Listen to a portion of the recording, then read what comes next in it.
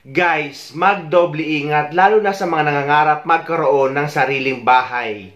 Dahil isang bahay ng kababayan nating nasa ibang bansa ngayon na niloan niya sa Pag-ibig ay nagagamit sa pang-i-scam sa Pilipinas gamit ang mga impormasyon ng loan niya at mga dokumento na galing sa Pag-ibig.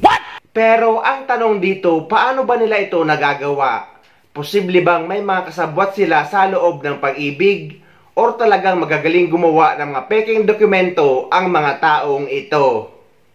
5 ang arestado dahil sa panluloko umano gamit ang bahay na niloan sa Pag-ibig.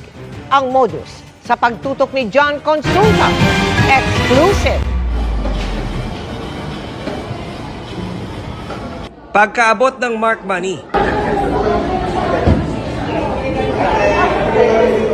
isa-isa nang inaresto ng Biñan City Police ang 5 miyembro ng grupong target ng entrapment operation. Sumbong ng mga biktima sa pulisya. Nag-post ang mga suspect ng FB post na nag-aalok ng Pag-ibig assume balance o pasalo sa isang bahay na niloan daw nila sa Pag-ibig. Kailangan lang daw mag-down payment ng 700,000 pesos para makalipat agad. Pagkatapos ay ituloy ang natitirang buwanang hulog ng umano'y may loan sa Pag-ibig. Very convincing. Saka po, lagi naman po kaming hinaharapan ng papel na mga documents na maayos naman po.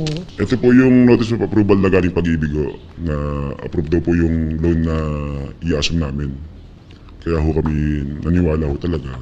Pero nagbago ang lahat nang may iba't ibang taong pumupunta sa kanila para manghingi raw ng dagdag bayad.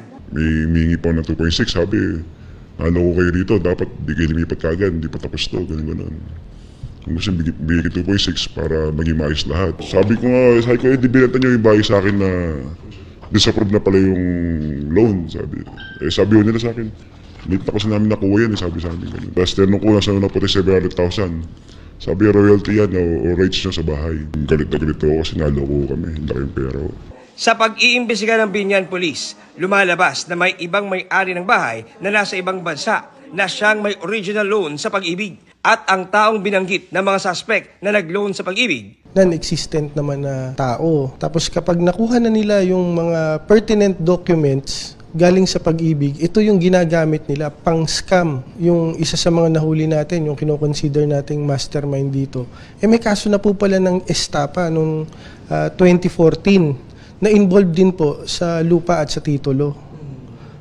Kumbaga po, veterano na po to. Sinubukan namin kunan ng pahayag ang 5 inaresto pero tumanggi sila. Na-inquest na sila sa kasong syndicated estafa na walang piyansa. Bukod sa Biñan, may report pa raw sa ibang lungsod sa Laguna na nabiktima ng parehong scam. Lahat nangangarap po na magkabahay pero maging mas masusi at mas mabusisi pa po tayo para masigurado po natin na yung kinukuha po natin na property talaga pong mabibili po natin, hindi po tayo naloloko.